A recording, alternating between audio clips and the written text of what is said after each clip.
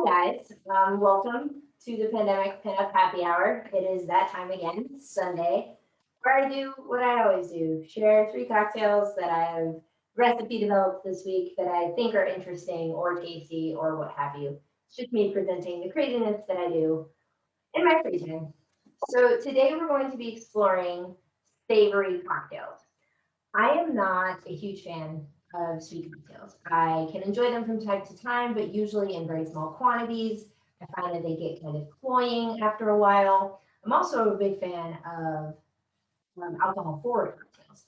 So it's kind of hard to catch me drinking like a pina colada or things like that. But there's not a whole lot of savory cocktails that are readily available at most locations other than a Bloody Mary. And Bloody Marys. Like, oh my gosh, I hate Bloody Marys. And it's just because I really do not like the flavor of tomato juice. So it's nothing against the Bloody Mary movement. I love the fact that they have all these toppings and snacks. As I mentioned before, I love snacks. But I wanted to try and create new savory cocktails that I could get behind. So before we get started, quick little reminder, I do put out prior, like a week ahead of time, a shopping list and preparation list in case anyone wants to prepare the syrups or the infusions that I do for these classes so that you can mix along while watching the video. And then these are streamed live on Facebook. They are later archived on the Underground Cooking Club class page and then the YouTube channel for the Chef with Red Shoes. But I did realize this week when I sent out the flyer, it clicked probably like 3 or 4 days after the fact that I did not include a recipe for carrot simple syrup.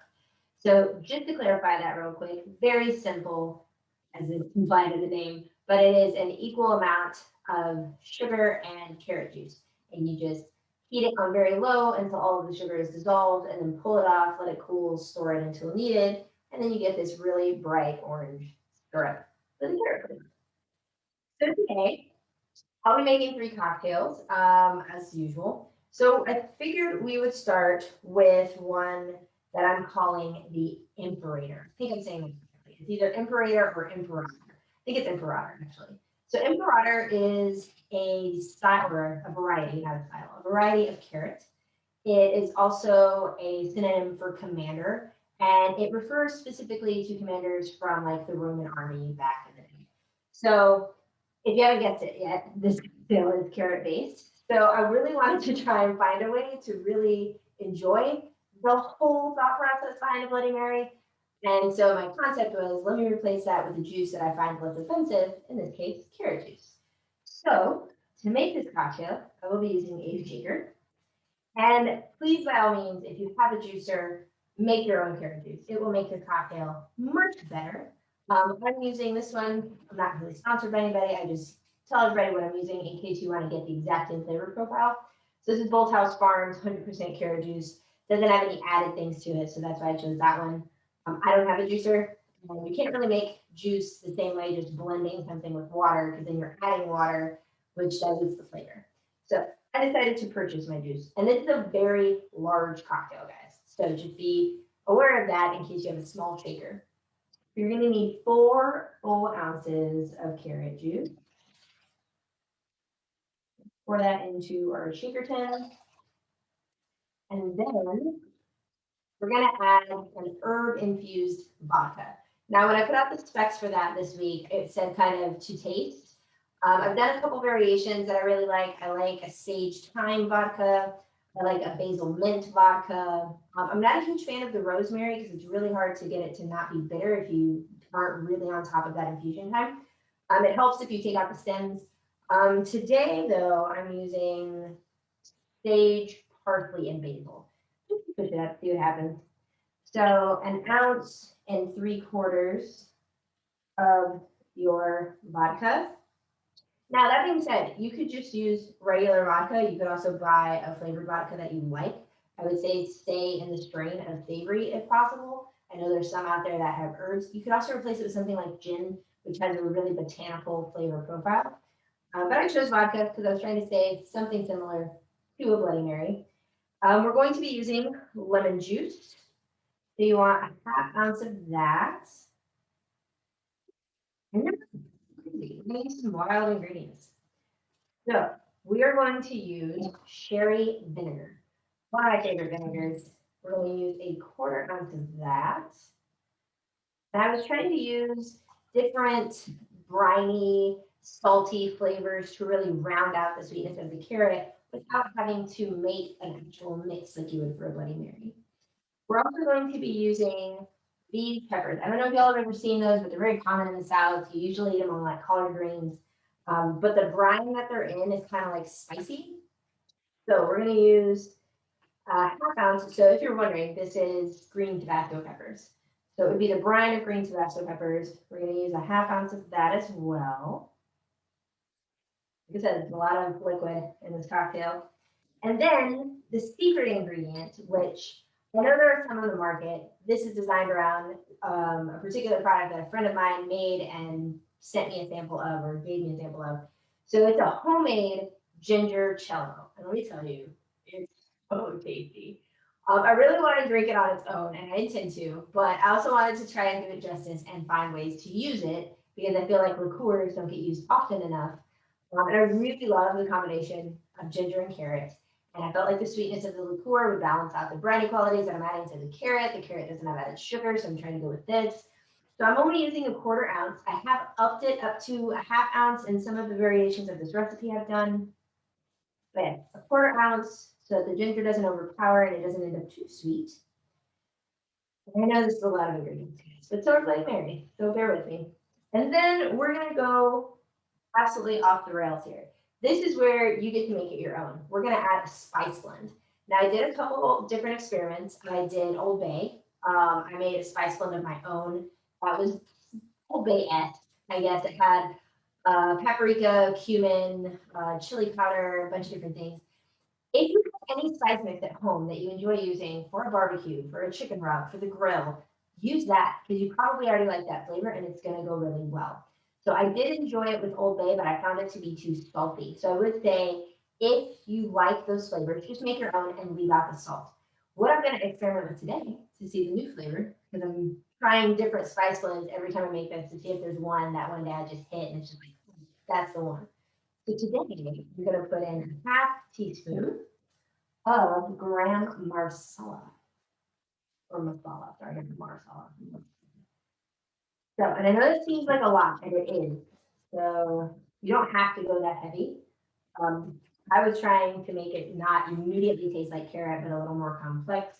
I think next time I'm going to try this with Chinese spice, see what happens. So I'm going to add some ice to my shaker.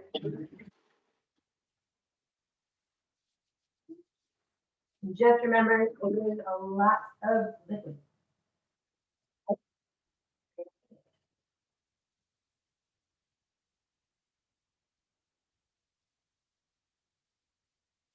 All right. So for this cocktail, I'm going to be 30 dumping it, which means I'm not straining it over fresh ice. I'm just dumping the entire contents of my shaker, ice included, into my glass. I will say that with the spice blend, this particular version of the Imperator is much darker than the other ones I've made. The other ones are more bright orange. And I guess it's not really that easy to tell over there in the different features. But in contrast, it's just a little bit darker. It looks like a richer orange, if you will. Then I'm going to put this little carrot garnish on there that I have saved. And my guys, the Imperator. I'm going to taste it, see how it goes. Okay, brown marsala, not a huge fan. I don't know why. It's doing something I don't like. It is making it spicier, which is cool. I think it's just, it's got too much, maybe cardamom in there. Maybe it's the type of cardamom. See, this one has cardamom, cinnamon, clove, cumin, black pepper, coriander. I think it's the coriander and the cardamom that I'm not digging. I thought I was gonna love this. I love cardamom. I think Chinese five spice would have been a better fit, but I don't hate this. I think I would use it again, but dial it back. I would still drink that over a Bloody Mary any day. So, cocktail number 2. I know I just told y'all how much I don't like tomato juice. I also don't like raw tomatoes. It's this quirk that I have. But I like tomatoes in things. I like it cooked. I like spaghetti sauce. I like ketchup. I like tomato soup. I'll even eat roasted tomatoes. There's something about the raw tomato flavor that I've just never really gotten behind my entire life. I've been like this since I was a child. So I love finding ways to put things I don't like and make them into something I do like. And for this cocktail, calling this Fresh Start because it's got a lot of things that to me, when I taste it, it just tastes like morning, like something fresh to start your day, or if you were at a brunch or something you would sip while you're like, I don't know, checking your mail on your porch. You know what people do in their mornings. I have coffee or I sit outside and read a book if the weather's nice. So I would recommend something like a double rocks glass. I have these cherry tomatoes that I have fire roasted, so they're all like singed all over. I'm gonna take 3 of these bad boys, put them directly into my glass. And then I'm gonna muddle them. So that just means I'm smashing them around. I'm gonna get some of that juice, the roasted juice, kind of like that raw flavor, and have that in the bottom of my glass, ready to go. I'm gonna set the top to the side just for a little bit. And then in my shaker, I'm going to add a 1/4 ounce of lime juice. Then I'm gonna do caper brine. If you can't tell, I was on like this kick with savory things and brines and vinegars. I don't know. Sometimes I just get into like a trend and I don't even notice it. So a 1/4 ounce of caper brine. I love capers. I really do. I don't feel like they get used enough in modern day cooking. They seem to be viewed as very cultural. I think they're not everything. There's salty little balls that just go everywhere. Right? So caper brine, 1/4 ounce. I'm going to use a 1/4 ounce of carrot syrup. As you can tell, I was really riding the carrot train as well. So 1/4 ounce of that carrot syrup. And where's the alcohol, you might be asking? Ha, I have it right here. We're going to be using Manzanilla cherry. I can't remember if I've used this on the happy hour yet. I know I was on an Amontillado kick for a while. Right now, working myself through this bottle of Manzanilla. I do think it fits the cocktail. I'm not just using it because I have it. So I have 1 ounce of that. And then 2 ounces of vodka. So both ounces, we're going to pour that into our shaker. And this one, we're again going to fill our shaker with some ice, but I'm also going to pour some ice into my glass. I'm going to strain this particular cocktail over the fresh ice.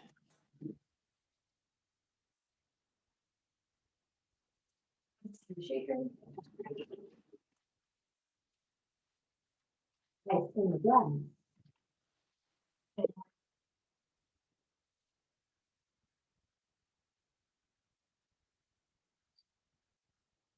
Now, this one I recommend about 10 to 15 seconds of a shake. It doesn't have a whole lot of complexity in the ingredients, but I did different shakes and I realized with that a little bit of a prolonged shake, that extra dilution really helped round out the really high amount of alcohol that I put in here.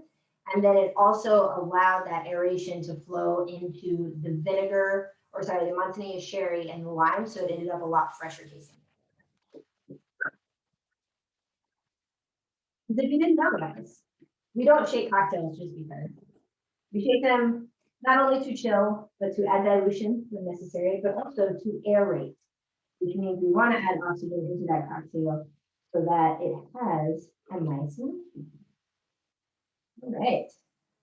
So putting that over my fresh ice, I am going to top it off with 1 or 2 glasses. There we go. And then I'm just going to garnish that with this little, for the mustache. It's just a skewer of capers. Really simple, really clean tasting. You get this really nice little color profile that almost looks like a sunrise, right? Kind of like a tequila sunrise where you have that grenadine on the bottom, but it's entirely savory. So it's very deceptive for people that just judge on appearances. But you don't have that ombre effect because there's nothing to like bleed the colors together. It's really tasty. Oh yeah, banger. So that was called Fresh Start. I like that a lot. Oh my gosh, it's so good. And then the one I'm super excited about this week, This was just like one of those random ideas where I was sitting there trying to think of flavors to combine together. And I felt like the savory thing gets done often, but it's usually kind of like viewed in the sense of like a vodka soda or I don't know, I just don't see enough savory cocktails out there. And I do see people that just do like fruit but don't add sweetener. Or they go full vegetable and it ends up really close to a Bloody Mary. So I wanted to do something that kind of tied vegetable notes or herb notes and fruit together without being overly sweet, but still coming off as a savory cocktail. So one of the preparations that I had viewers make at home this week was something called an oleo. Now, an oleo is a very traditional style of syrup where you take the peels primarily of citrus fruits and then you cover them in sugar, and that extracts the oils from the peel. And then those start to dissolve the sugar, and then it creates the syrup. You don't have to add water, you don't have to add heat. It just does it on its own. Takes a couple days, but it works itself out. The ratios do have to be correct. You can't really just dump a pound of sugar on the peels from one grapefruit and expect there to be that many oils to dissolve the sugar. But the oleo or oleo inspired syrup that I had everyone make is grapefruit peel, dill, and the flesh from the grapefruit, but none of the white pith. So that covered in sugar made this really pretty light yellow little syrup. In 2 days. Now, granted, the pulp of that grapefruit is also releasing some liquid, so that also helps with some of that just dissolving. Yeah, some of that dissolve. So I wanted to do grapefruit and dill. That was my first inspiration. And then I love blackberries, and I feel like the combination of grapefruit and blackberries go really well. And then I was like, oh, the dill will bring that home. It'll add that like kind of tart herb note that I'm really looking for. And then I couldn't do it with just any spirit. I had to pick the right spirit. And gin made magic. So this is the cocktail I'm really excited for. I'm really excited to share with you guys. I call it garden variety. So I'm going to take 3 to 4 blackberries. It just kind of depends on the size of your blackberries. And I'm going to take 4 now, but these are just kind of tiny, nothing huge. Put those in there. And again, you're going to see me muddle some things. I don't know. I guess I'm noticing trends now as I'm explaining these cocktails that I was on a muddling kick, a carrot kick, a vinegar brine kick. Sometimes you don't see things about yourself until they're made public.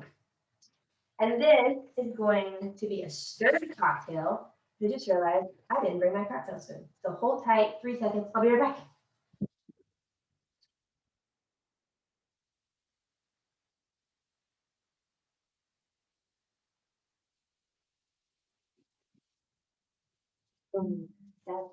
Cocktail spoon. Sorry about that, guys. I'm currently half my house or most of my house is packed in boxes, so I'm kind of scattered about where all of my tools are. But I'm gonna fear the cocktail spoon is here. We're going to stir this cocktail. So what we're going to be adding is 1/2 ounce of that oleo we have prepared. We're going to add 2 ounces of one of my favorite gins, Smith. I've used that a lot on the show.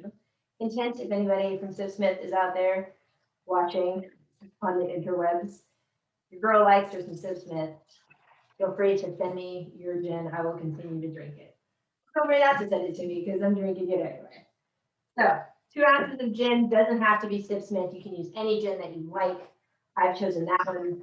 And then I'm going to use some saline drops. So way back in 2020, I did a DIY class. We learned how to make bitters, how to make kind of a DIY vermouth.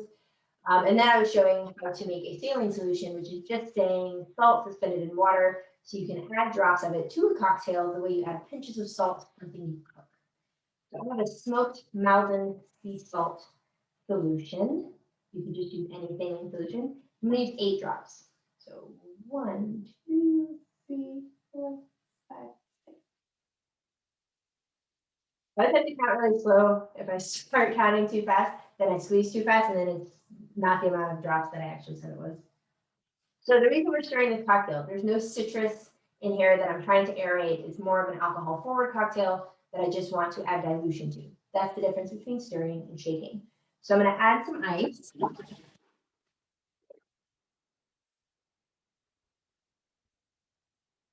Also going to add a little bit of ice to my glass.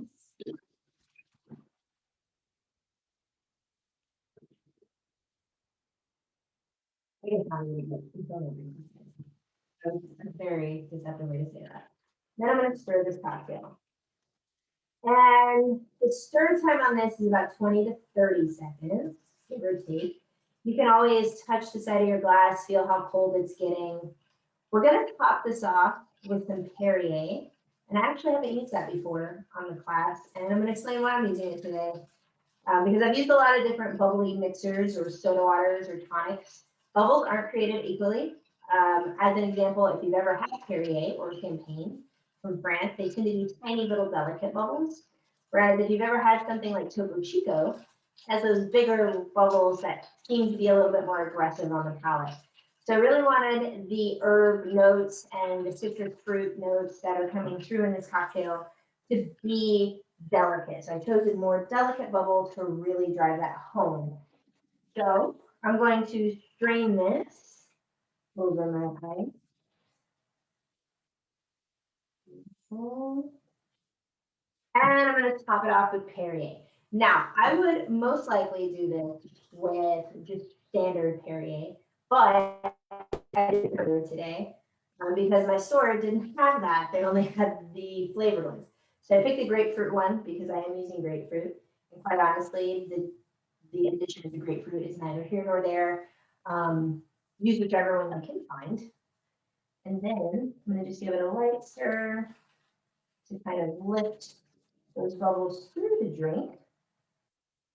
And then I'm going to take a grapefruit peel swap and I'm going to express the oils onto the cocktail, but then I'm going to toss this. I don't want that sitting in there. But I do have this lovely garnish that I have prepared of grapefruit and blackberry, and I'm going to put it on top is garden gray. Oh, wow, that's good. It almost reminds me of a gin and tonic, even though there's no tonic in here. You can definitely taste the gin. The savoriness is subtle, so it isn't smack you in the face. You get that fruity kind of sweetness in the beginning. Now we are using an oleo, and it is a little sweet. So I don't want you to make this and think it's not going to be sweet. But I didn't want to add any citrus. I wanted this to just come through as the flavors that are. So you can feel the dill, you can feel the blackberry, you can feel the grapefruit, but also the way the cocktail is built allows all those flavors to just kind of evolve as you're drinking it. You'll get a little more of this, a little more of that. There's a lot of different densities going on in a cocktail. I really like it. I did try it with many different citrus fruits. Not a fan. The balance just was all off. And then it also just started tasting like a gin sour or like a Tom Collins with a riff. So this is how I recommend this cocktail. Please feel free to experiment. I also enjoy doing this with blackberries and dill muddled in the bottom, but I ran out of dill, so I didn't do that today. This is definitely the sweeter of the three, but it's equally as nice and refreshing, and it does have a salinity to it. So it's savory means different things to me. Sometimes it means not sweet, sometimes it means salty, sometimes it just means a different kind of balance that isn't usually customary or common in sweet cocktails. So the Imperator, definitely savory cocktail. The Fresh Start is salty sweet, but salty focused. And then the garden variety is just straightforward flavors with salinity. I wouldn't say it's incredibly savory, but I still qualify it as a savory cocktail. But that, guys, is my class for today. Those are our 3 savory complex cocktails. And next week, we'll be doing floral if I get my life together, which I will, because I'm committed to being here for you guys at all times. So we'll be doing floral inspired cocktails, and y'all will get to see what I think about those and what rabbit hole and what trends I didn't realize I had when I was making them. But thank you for joining me.